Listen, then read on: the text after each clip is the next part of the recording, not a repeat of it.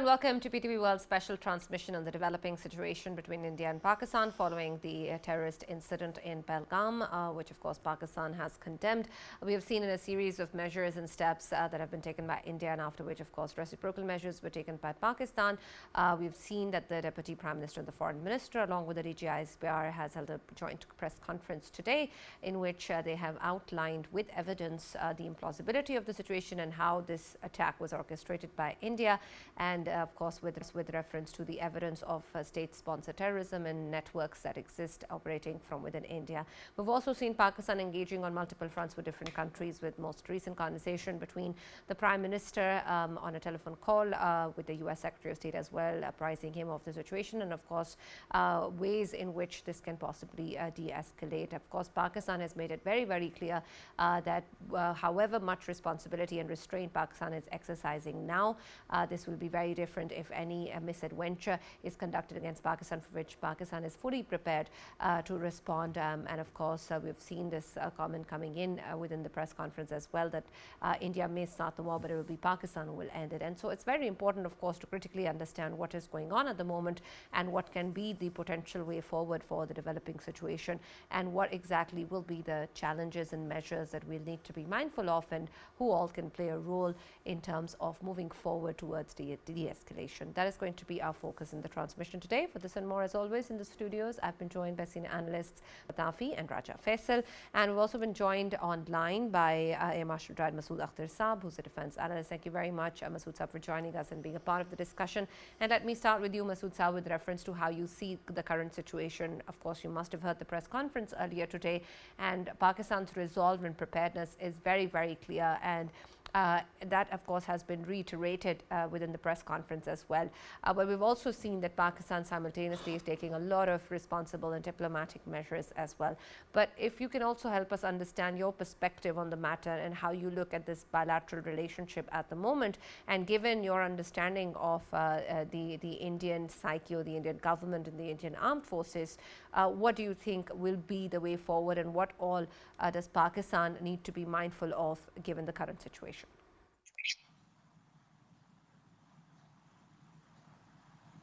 Yes, Masood Saab, the question is for you. The question is, how do I look at the situation right now? Yes, and if you can also help us understand the ways in which we can possibly move from this to a potential de-escalation, given of course Pakistan's usage of diplomatic channels such as the US Secretary of State. I think this is more of a political question. I thought we will discuss the military and the Air Force, but I personally feel that and you can let us understand that as well. We of course understand the resolve of the armed forces of Pakistan, so would love to hear that perspective. Absolutely, absolutely. First of all, the political part. I think Marco Rubio, after President Trump had said, "I'm not really concerned with the situation, and Pakistan and India are going to resolve their own tensions." Marco Rubio now has come in and he has said that, well, we are ready to mediate, and he's going to talk to both to the Indian and the Pakistani foreign minister, his counterparts. So I think things are getting serious diplomatically, and they would not like to have a war in South Asia, because this would escalate beyond what people say the conventional domain, and the escalation ladder could actually spin out of control. And I think what the Indian Prime Minister also has given the orders that the services may choose their time and place and what they wish to do, meaning thereby he is not given a clear-cut direction that there should be an all-out war all along the border, because let us face it, that the world does not want an all-out war for, let's say, 10 or 15 days all along the border, because that is likely to spin out of control. Reason: India has got a much bigger army, 15 lakhs. We have something like 6 lakhs. The Indian Air Force comprises somewhere 32 fighter squadrons, 32 combat squadrons. Pakistan has about 18 combat squadrons. Likewise, the Indian Navy is far bigger. India last 4 times it tried to do a full-fledged attack. Number one, after the Parliament attack. Number two, Bombay attack. Number three, Kaluchak incident. And number four, Brass attack. Every time the world order, especially the Americans, came in and they said, stop, stop, stop, and India had to stop. So I think something similar is going on at this time. While we must always be watchful, guard against what the Indians could do on ground, especially the army, and be ready to meet all the eventualities. Air Force on its own is fully prepared, 100%. Right now, little that I know, north to south, the Indian, Pakistan Air Force, all pilots, they are on air defense alert, and all the J-10, the JF-17s, the Mirage and the F-16, they are on air defense alert and they are fully prepared. Last night, the incursion that took place by four Rafales was met by either the J-10 or the X says a pair of or 3-4 JF-17s Block 3s, and Block 3s are deadly now with the PL-15s and the ESA radar, which is a phased array radar contrary to a Doppler radar. So if you ask me these questions, how do we compare the Indian Air Force and Pakistan Air Force? We are fully prepared by 110% to meet any eventuality. Right. Yes, Faisal. Sana, ask Air Marshal Masood about, in recent times, since Rafale is in the hands of the Indians, they have been boasting about it. Just wanted to know how prepared India is in terms of battle integration of the Rafales with the Indian Air Force, and how prepared they are about not having a situation like February 2019. In February 2019, I mean, it is an open secret now that all of their planes, whoever tried to come in the skies, they were miserably exposed in front of the Pakistani planes. And of course, it was simply, a towel throwing moment for the Indians, and that is how they lost last time against Pakistan's Air Force. And when we talk about Rafales, how prepared Pakistan is in terms of course, Pakistan having the capability of PL-15 as well attached with the J-10Cs and with the modified JF-17s as well, sir.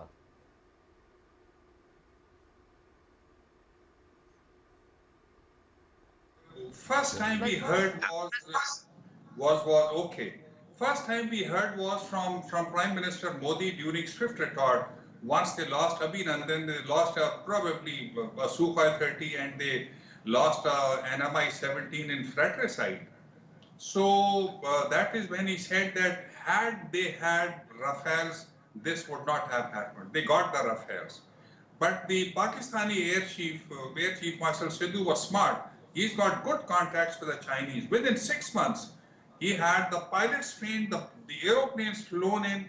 Another 6 months, he had the aircraft ready to participate in a clash, and they were giving the top cover in Marg Bar Samachar against on the western border.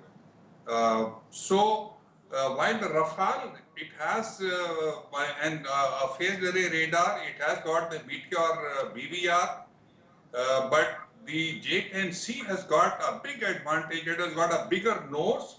So like we say, when we used to fly the Mirage, etc., it had a Doppler radar. The antenna would move as a whole in order to paint the sky.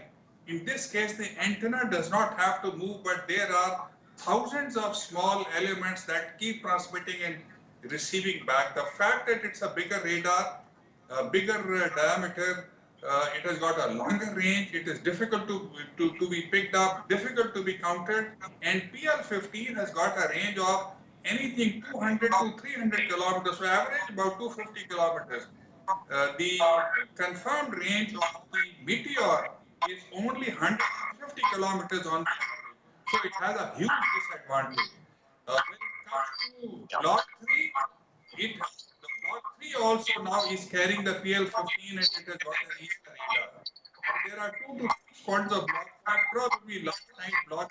I'm going to the We're actually unable to hear you. We're experiencing some distortion in the sound, and I'll come back to you so that you can also complete your thought, and hopefully it'll be resolved by then. Farrukh, I want your take also, given what we know about our armed forces, what we know about our potential, what we have already proven many times before, and most recently, of course, in 2019. But is that something that's enough for any restraint to be exercised from India's side? Right, Sana, thank you very much for the question. I think that there are 2 indicators that are quite interesting.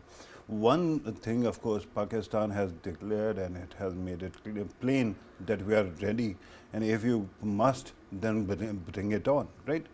On the other side, there seems to be some effort within India to do something, and what exactly is that?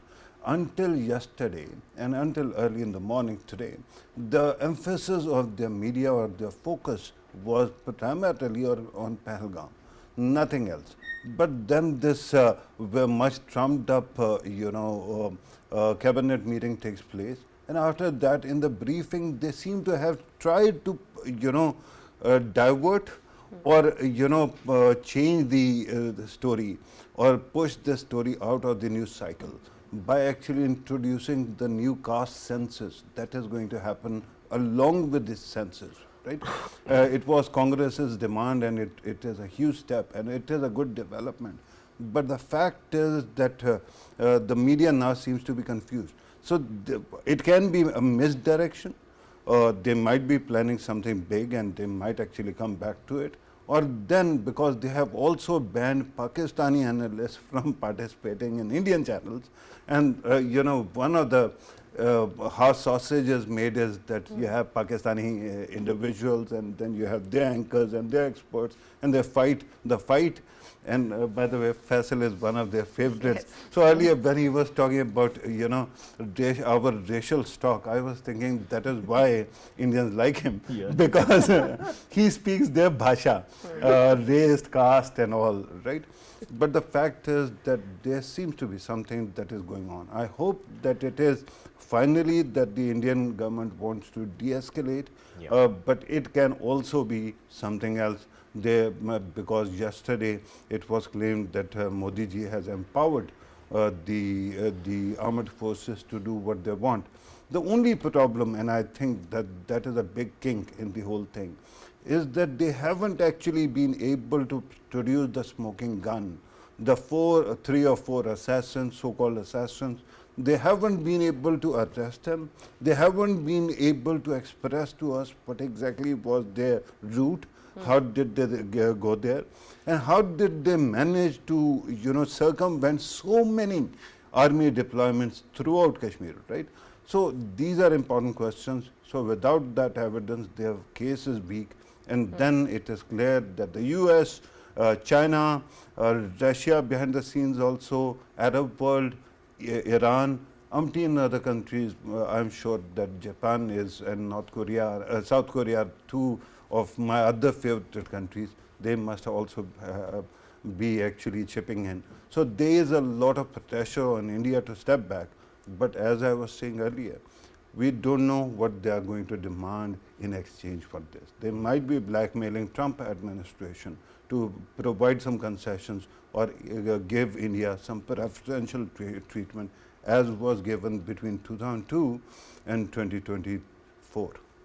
Right. Masood Saab, I'll also take in your perspective in this matter. Given, of course, what has happened previously in 2019 with the Pulwama attack as well, it is, of course, nothing that is only said in statements or in the rhetoric that is coming out from Pakistan. We have done so in action. And this is something that India, of course, realizes as well. But in terms of the ways that modern warfare is coming forward, in terms of cybersecurity issues, in terms of other fake propaganda and attacks online that are also being used as part of this warfare, given the fact that both of these countries are also nuclear armed, I want your take on what are the different fronts that we need to fight this war on, if need be. Your question, last part is not clear. What front are you talking of? the modern warfare that exists, fronts of cybersecurity, fronts of intelligence, fronts of false propaganda, different unconventional methods of warfare added to, of course, conventional ones. Okay, the non-kinetic, the non-kinetic warfare that takes place in terms of social media, in terms of all the things that go on to jam the internet, etc., did not happen in 2019. But this time around, I think these things are going to happen. In fact, I was hearing Praveen Sani that earlier on, these things did not happen, but from Pakistani side also, there has been cyber warfare against the Indian internet systems, and from the Indian side also on the Pakistani. Chinese can come in a very, very big way for this kind of unconventional warfare because they are very, very strong in cyber, and their systems cannot be matched by the even probably the Americans have not progressed that much in this direction. So, but coming back to what happened in 2019 when the Pakistan Air Force responded, I think the Indians remember that, and they feel that Pakistan Air Force will give a good account itself along with the unconventional warfare that you're talking of. We have an edge because of the Chinese support, and Chinese do this primarily for their own national interests because they wish to contain both India and America through us, and they are ready to go in a big way. So they transported something like 100 plus PL-15 missiles to us, and they will be ready to give us the ISR capabilities, the intelligence, surveillance and reconnaissance capabilities. So that is why my information is that Indians have been trying to hide the movement of their Rafales. For example, they have moved an entire squadron from Hasimara to somewhere in the center in Gwalior. So all this is being tracked and tracked very, very closely. They are trying to do the same, but probably they do not have the kind of help that we have. So I guess the more we liaise with the Chinese in terms of non-kinetic warfare, I for sure know that the Pakistan Air Force has a new cyber command. I have seen it. It is very effective, and they have progressed a lot. Air Chief Marshal Sidhu has made a huge investment into this. So sub-conventional warfare, we are not bad at all. But the fact that the Chinese are with us, the Indians have something to reckon with. They will not be able to match it. Right, absolutely. And Masood Sahab, add to this with the reference to, of course, how we're currently taking a look at the situation and in the ways that this is developing. Nuclear deterrence has been very, very important. And whenever, of course, this conversation comes up of any possible conflict, this is a very important factor to remember that these are two nuclear armed states that we're talking about. And while, of course, this understanding is very, very clear how it's going to result in mutually assured destruction, there is, of course, that possibility that always exists. So I want your take in how much of that is also factoring in given the current scenario. And Masood, if you can also take my question related to it as well.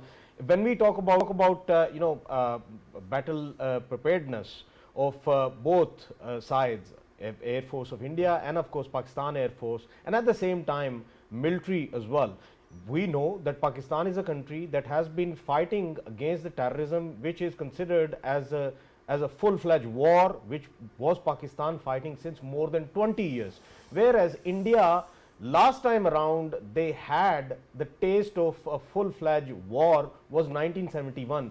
Should we be considering Pakistan having this edge as well, that Pakistan is more capable of course, fighting the wars rather than India, because Indian pilots and Indian troops, they haven't tasted that kind of war since 1971? While we look at the Indian Air Force as a different one, please understand that too is a professional Air Force. But you're absolutely right. In 65 and 71, their flying officers, they flew low level in their Hunters and other aeroplanes all the way to Peshawar, Sargodha, and did air combat with us. Notwithstanding this, we have an advantage. We are battle hardened. We have been through the counter-terrorism and counter-insurgency operations.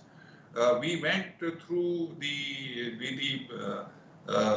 operations on the western border, which recently happened. So we are battle hardened to a great extent. But where does our advantage lie? I say very, very humbly. We have our Combat Commander School. This was conceived by Air Chief Marshal Zulfikar Khan after 71 war, that we need an institution, something close to Top Gun and something close to what is not known generally to the public, the Analyst Air Force Base Fighter Weapons School. So we conceived it on that lines. Indians in turn have a similar school which is called TAC Day in Jamnagar, Tactics Development Establishment. I think, I say very humbly, I've been through this course, very rigorous, very tough. And what Sidhu told when he took over, because swift retort had happened by then, he said we are battle hardened. Yes, we did very well in swift retort. Yes, in terms of tactics, development, etc., we have done extremely well. Along with Combat Commander School, we developed the ACE, which is called the Air Combat Center of Excellence. So they're all the time evolving tactics. For example, if they have got S-100, which is a very good air defense system, long range, all altitudes, they can take aerial targets out. I think they must have developed some. But what the Sidhu, what Air Chief Marshal Sidhu gave the guidelines on, he said, please understand, number one, they are a professional air force. Two, we may not get swift retort scenario second time that we had prepared for, because swift retort was exactly what we had practiced for. So he said, let us practice more, let us practice hard. So he gave orders, and I know that when I used to be in the Pakistan Air Force, today's flying officers, right now I said on some channels, right now in Combat Commander School, there is an exercise going on, was going on, it has I think been stopped, called the Saffron Bandit. A flying officer who has been through Saffron Bandit is fit enough to go into combat. That was not true in 65 and that was not true in 71. So that's the kind of quality. Sidhu also has, right now, for example, I had a word with some people that I know who have been my students, and they say that right now there is an exercise that is going on in the north, the one in the center and the one in the south. J-10s are going to lead the air superiority mission with their ISA radar and the PL-15, followed by, of course, number 2 by the Block 3s, which also carry the PL-15 with a phased array radar, followed by the F-16s. The Block 2 JF-17s, they are going to go in probably for the ground attack missions along with the Mirages. And please understand, in swift retort, we proved that the Block 2 was able to launch their REKs, which is the range extension kits, with absolute precision. And so much so that at Rajouri, they put the tracking symbol on the brigade headquarters. At the last moment, took it away by 3 to 5 kilometers. There was supposedly a 2-star or a 3-star general sitting in that headquarters. Had we taken out, the things would have really escalated, So we have always been cautious. What Mujahid Anwar did at that time, he said, I'm going to give a calibrated, a graduated, proportionate response. Not do any damage more than what they may have done, so that they are not forced to respond in the air. And he eminently was successful in that. So that is why they didn't respond in the air and they went for a surface-to-surface supposed strike. So we are good enough for air superiority, and please understand, air superiority is the first mission. If not air superiority, favorable air situation. If not favorable air situation, at least parity in the air. Only then we are able to defend the Air Force. I think the Indian Air Force fully well understands, if the war is not of 1 month, if it is not all along the borders, it is confined to an area, because 4 times they tried. and the world order did not permit them to do take a full-fledged war against into Pakistan. So we are good enough to respond, to tackle any emergency, and probably they may not go for air action. And what Praveen Sani says, when the Prime Minister says you have the liberty and the freedom to choose, the Indian Army has the flexibility to choose 1, 2, 3, 4, 5 targets, probably Gilgit-Baltistan and along the LOC. The Indian Air Force knows that they are 32 squadrons, we are 18 squadrons. But we have, in the high tech and the medium tech, we have an advantage. No wonder they are contracted for 26 more Rafales, because they haven't had the Tejas to come in and replace the MiG-21s, the MiG-29s and the Jaguars. And that is a big disadvantage to them. The Teja was put on the drawing board at least 10 years before the JF-17. JF-17s, we bought almost 6-7 squadrons. 2-3 of them are Block 3 and rest are Block 2. And the Teja is not even inducted into the first fighter squadron. No wonder Air Chief Marshal A.P. Singh complained vehemently in a friendly banter, maybe with the HAL administration, that look, you have not been able to give me even 40 aircraft. What do I do with this Air Force? So they only have Rafales, which came initially. They're good aeroplanes. They have the Sukhoi 30s, they have the Mirage 2000, and they have the MiG-29s, which are good, but I very humbly say one should not be arrogant, no hubris at all. I think we are good enough for the Indian Air Force to meet them anywhere, especially in a short exchange of 48 to 72 hours. That is something which Marco Rubio and company will allow, no more than that.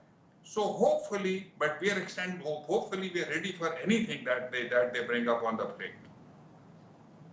Absolutely. And Farrukh, we're talking a lot about, of course, the kind of technical capabilities and equipment and the role that this plays in warfare and in these situations. But how much of that is also the people and, of course, the armed forces of both the countries? Because a lot also depends on that. Right, Sana, I think that this actually takes me back to 2019, when at that time there was this impression that India has loaded itself with military hardware, and we were being briefed repeatedly by the DG ISPR.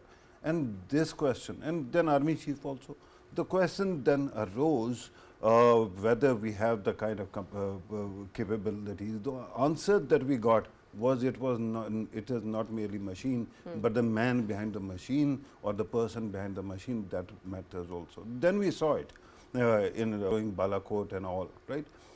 So this is one aspect. Then I remember one simulation 20 years ago about nuclear war between India and Pakistan, and it was an Indian created simulation. And after both sides had actually in that story exhausted their second strike capability, at that time they then showed that one plane of Pakistan Air Force, because they think that our men are superior in spirit, goes and carries out a third strike, third wave. And that was amazing, right? At that time it was like one felt flattered that we have such a great Air Force.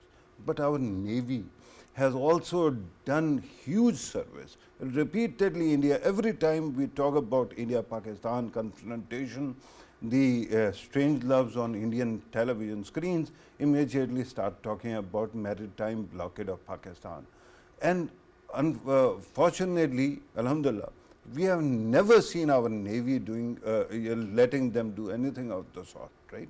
So we have the deterrence, we have the capacity, and we have huge supply of excellent fighting soldiers in all the services, and that actually repeatedly shows. Sana, repeatedly in the war on terror, Pakistan was written off, Pakistan was left for dead, so to speak, and yet because of these heroes that continue to keep giving, this country always comes back from the brink of collapse, right? So I think that at this moment also, one thing that India should never underestimate. It can have technology, but remember, the border is what it is. You cannot extend a border to deploy more forces, right? So whatever the border is, whatever the exposure is, in the end, it is human beings that count, to again your question. And in the end, we have seen how high spirits there are in our armed forces. And if India actually goes for any kind of miscalculation, misadventure, they will not know what hit them. Yes, absolutely. Masood Saab, I also want your take on this, given your understanding, of course, and you've been part of the armed forces. What really drives the armed forces of Pakistan and the kind of resolve and high morale we have, and how we continue with that, and your understanding of the psyche of the Indian armed forces and how much, especially after the BJP government, the Hindutva ideology has seeped into it. We have to understand that the Indian nation, number one, has refused to give two-thirds majority to Prime Minister Modi to change the constitution and make it a Hindu nation. So that's the first satisfaction.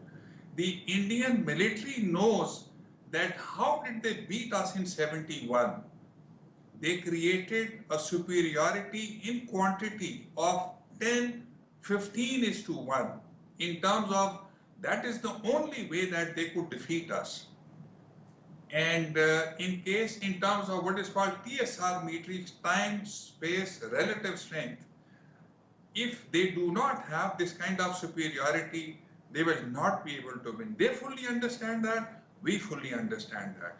Please understand, in 71 war, one fighter squadron with about 12 F-86s, you know what they were facing? 12 fighter squadrons, MiG-21s, Hunters, Nats, and Canberras. And they fought out bravely for 4 days till they came and created the runways and they had to come. In West Pakistan, we gave a very good account despite the fact that the morale was down and so on and so forth. Likewise, the army at the tactical level, although heavily outnumbered, fought extremely well. Some of the letters of credit and appreciation was written by the Indian commanders. Likewise, the naval people. Our great elder, Admiral Tasneem, who Sitara Jurat, what your guest in the studio was telling about the silent service, he in 71 war was commanding the Angor. And when he took out Kokri, you know what happened to the war? They were supposed to launch a second strike onto our refinery, onto our harbor. The moment they found that Kukri is sunk and Hangor is on the prowl, they pulled back all their boats. And that is how we were able to save Karachi. We need to think together. Indian Army is obviously, they are bigger in number, they know it. Their Air Force is bigger in number, they know it. The Indian Navy is much bigger in number, they know it. But they also fully well know that unless and until they are allowed to fight all along the border for a month and fully allowed, given the liberty to come and strike us anywhere, they will not be able to win in a small war, and we have seen that happen. And let me bring in this. In case they bring in surface-to-surface missiles, because there was a talk that surface-to-surface missiles could lead an all-out attack. Please understand, even if Prime Minister Modi comes sitting on the first missile, the world will not believe, and we will not believe, that this is a conventional missile. And the moment they begin to pull out their missiles out of the silos or out of the hangars and they begin to assemble them, the entire world will know that. We will know that. We are tracking them right now. And when we bring out our missiles, because we will do that, the entire world will know, and they'll say, come, shut up, and please stop everything. And in case push comes to shove, please understand, we have de facto, not de jure. The GHQ has not issued any list. If you go and look at the nuclear thresholds for Pakistan, it is there in Wikipedia. Number one, if they strangulate us economically, they have capability to blockade and quarantine us because they've got a much bigger navy. They will not be allowed to do that because we are a nuclear power. So that's number one threshold. Number two, if they cut us somewhere around Reti Rahim Yar Khan into north and south and we are not able to connect. Number three, if our reserves, which are supposed to go and strengthen any sector where we are winning or defend any sector where we may be losing, in case they get paralyzed by persistent aerial attacks or otherwise, that will be all again constitute probably, this is there in Wikipedia, another nuclear threshold. In case they are able to neutralize the PF bases to persistent, for example, in East Pakistan, there was one base, 12 fighter squadrons attacking 12 aeroplanes, one fighter squadron. So they cratered it in 4 days. We shot aeroplanes down. They flew bravely, our flying officers and our flight lieutenants and squadron leaders. And but finally that was cratered. So they know fully well our nuclear threshold that are de facto on the net. So we can rest that a full-fledged war hopefully will be out of question. That is somewhere where they can only generate their total combat power. They will not be allowed to. If at all they do, we are fully prepared. We are ready to fight at the tactical level, at the operational level, and hopefully at the strategic level. And I don't think it is a win-win situation for anyone in case the escalation ladder spins out of control and we have to go unconventional. We don't want to do that. We have not given anything official, but these are 1, 2, 3, 4 benchmarks that are there in the Wikipedia, that are there on the net. They have been debated over and over again. So let there be no illusion. Air Chief Marshal Sindhu has given a message. He said, let there be no illusion. This time, the response is not going to be graduated. It is not going to be proportional. And it is not going to be calibrated. It is not going to be only tit for tat. Wherever we have our superiority, we will use it with full force and achieve a victory. Sindhu is humble. He is very decisive. He is very aggressive. He has done very, very smart inductions in the form of J-10C, in the form of high altitude, long range, long endurance UCAVs. He's made very smart investments into the cyber command, very good investment into Block 3.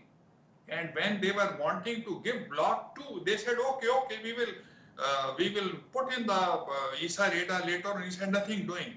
He said into the Air Force, he will take nothing in the Block 3 short of a refueling probe and short of a phase array radar and short of a Block 3 PL-15 fully integrated. And now that China has given us 100 plus PL-15s, I think we are fat. And we will be able to respond to any eventuality in the air. So will the army and so will the navy. But the Indian mentality is obviously one of Hindutva that the Indian nation has rejected in the last elections. So Modi is one down in that regard. Indian army fully understands when this attack took place, and I think lot of, I'm sure, people are putting shame on them that 150 kilometers, Mandar and Rajouri, they are just 10 kilometers across the border. Understandable. But 130, 150 kilometers, a terrorist attack taking place at a tourist resort, army pulled out, and they are not able to get hold of these 6 terrorists in 1 week, where they have the entire, their skies littered with Apaches and so on and so forth, with FLIR, with forward-looking infrared. They have a lot of questions to answer that they are not ready to answer.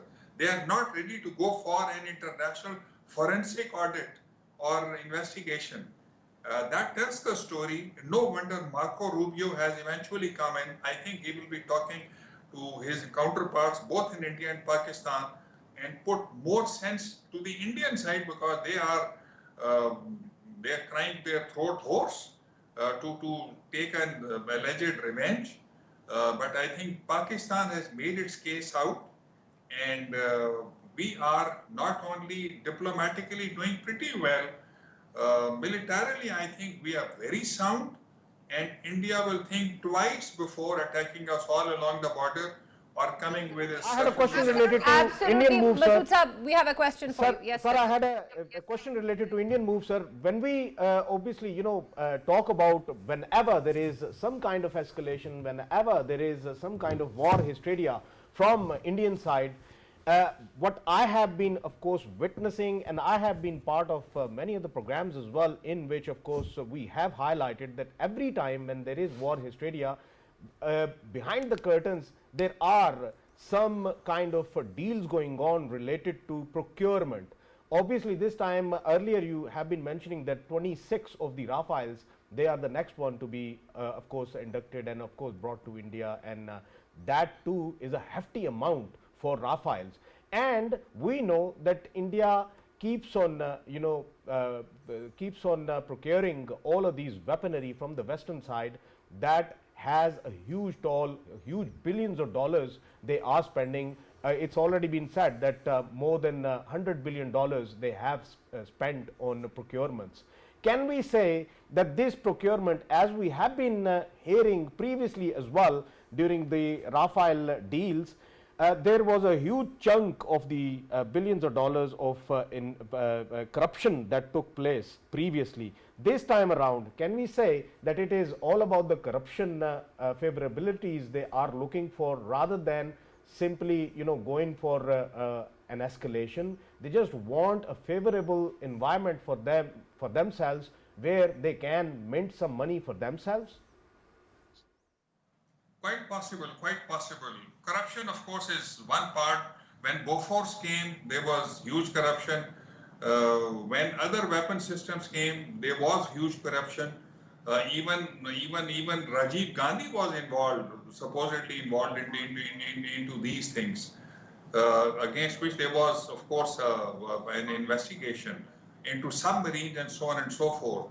But I think they've been trying to what is called indigenization, and there is a very difficult word in Hindi, because Nehru went the indigenized, the homemade way, and they developed the HF-24 before 71 war, and this aeroplane actually flew against us, and it flew reasonably well in the ground attack. Of course, in air combat, it was very bad, so after that they grounded it.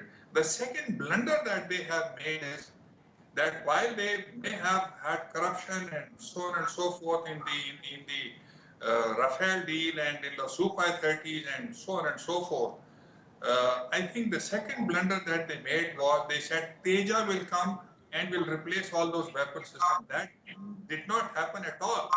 That is absolutely shocking to the Indian Air Force and to the Indian Air Chief. They are not finding a solution to that. They know that in terms of air superiority, led by J-10s, then the Block 3s, the F-16s, we are not going to let them take the battle away from them. We will at least have favorable air situation reasonably quickly, especially in case it is localized into Kashmir area, which is more than likely. And if that happens, they are scared for the future also as to what is going to happen, because they're stuck with the MiG-21, they're stuck with the MiG-29s, they're stuck with the Jaguars, and there have been crashes one after the other of these aeroplanes, and I think they are very, very worried on this.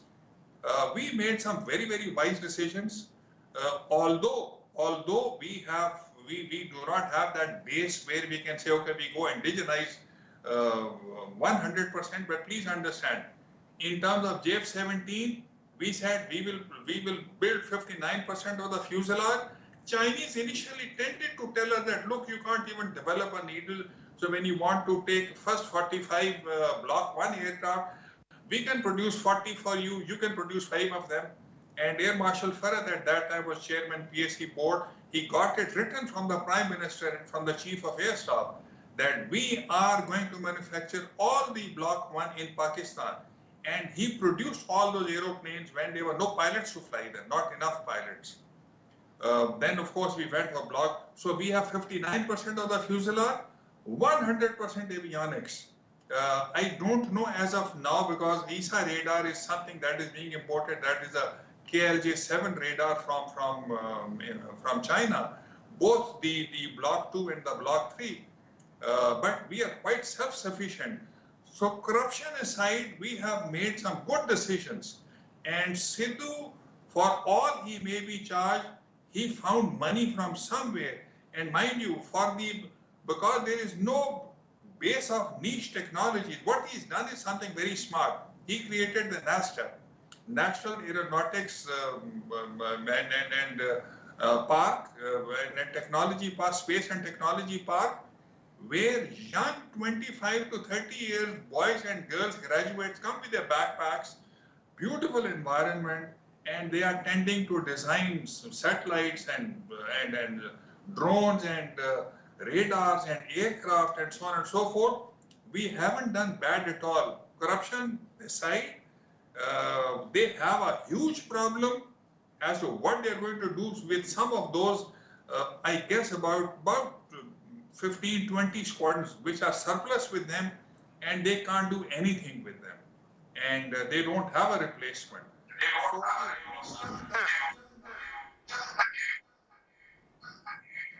Very much, Masood Akhtar Saab, for joining us and sharing your views with us and being a part of the transmission. We really appreciate it.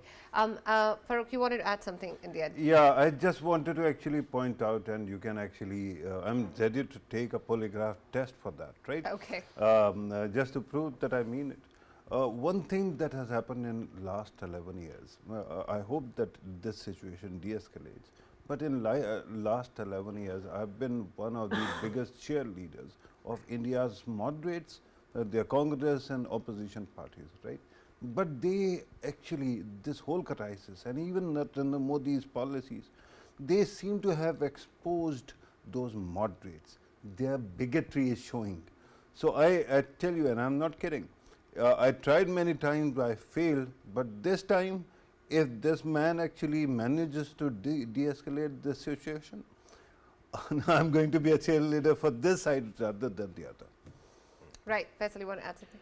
No, but I just wanted to say that this interview with Air Marshal Masood, it was so important, and it has actually provided us with the realities on ground. I mean, we keep on, hearing the war hysteria from the Indian side, but this is the show that they need to watch. And of course, I'm sure that even Indian Air Force would be closely watching this show, because they will learn a lot from this show. Right. Thank you, Faisal, and thank you for joining us in the transmission as always and being a part of this discussion. And we're, of course, going to be updating what is going on with the developing situation as it comes by. So stay tuned to PTV World for this special transmission. But that's all that we have for now. We'll now see you tomorrow.